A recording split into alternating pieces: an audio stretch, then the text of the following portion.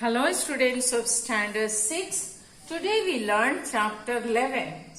A sneaky visit home.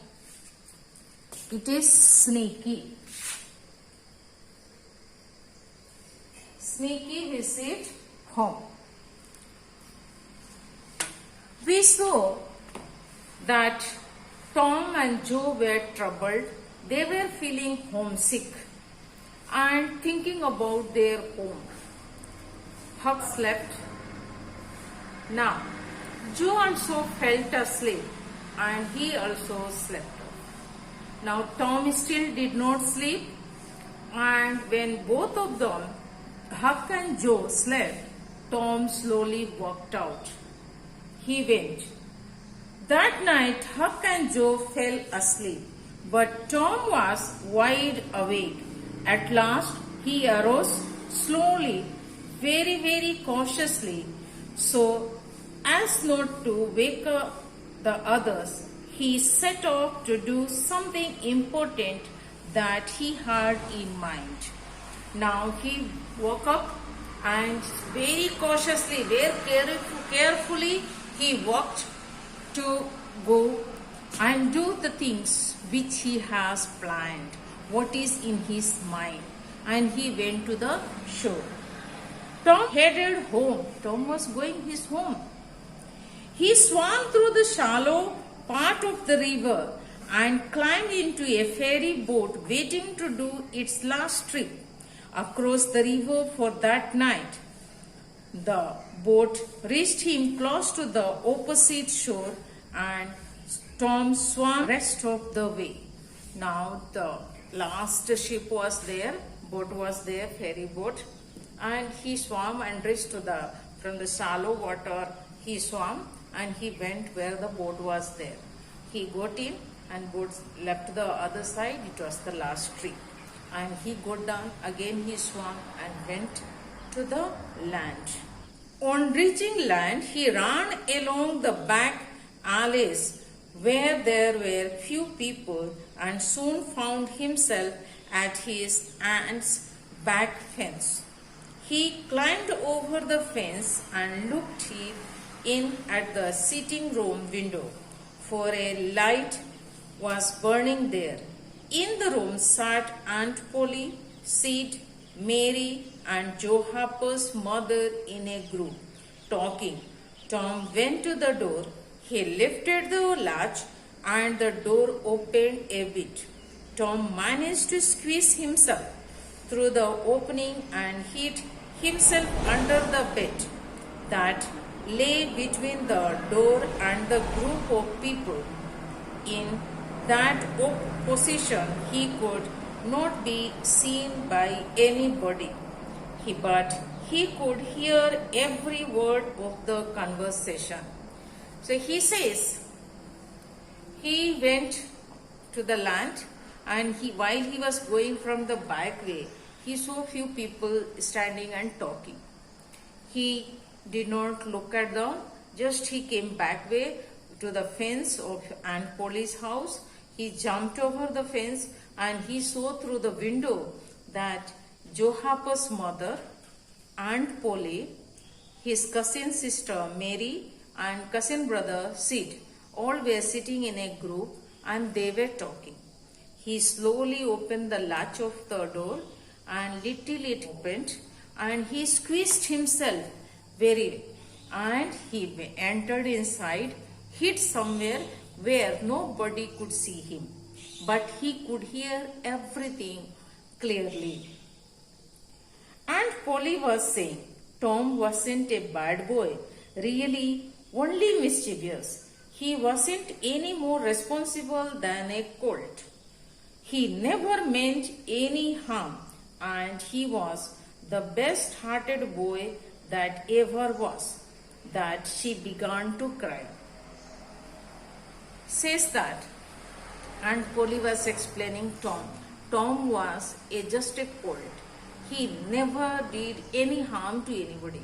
He was mischievous, but he was very good-hearted boy, and she started to cry. Mrs. Harper added her bit Now Mrs. Harper says her share. My Joe was just the same. To think that I went and whacked him for taking that cream, quite forgetting that I threw it out myself because it was sour. Oh, to think that I will never see him again in this world, my poor boy. And she sobbed as if her heart would break. So, Joe Harper's mother remembered that she had thrown it, the cream which was sour. But she did not remember that time, and she gave nice whack to the child, means her son, Joe Harper.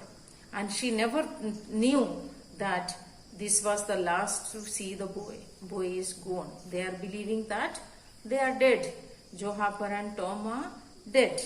So they are here discussing and crying. She also sobbed very bitterly, like her heart is going to break. The ladies talked some more and wished each other good night, crying all the time. They talked and they said good night, and crying, they went to their bed. Mrs. Harper then left and Polly wished a tender good night to Sid and Mary. Now with the heavy heart, with the crying and she very slowly said to Sid and Mary good night, and they went. Sid snuffled a bit and Mary went off to bed crying with her all her heart. So he's telling that Sid also was sobbing and Mary also crying. She went to the bed. Tom was so moved by the grief of his family, particularly Aunt Polly, that he was in tears himself. Listening the talk of their family members, he was so much moved with the pain the family is suffering.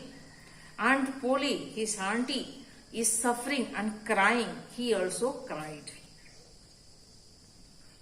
He waited till his aunt had gone to sleep, and then he quietly left the house, latching the door behind him. So slowly he came out when Aunt Polly went to bed, and he latched the door and he came. It was broad daylight when he came back to the campsite.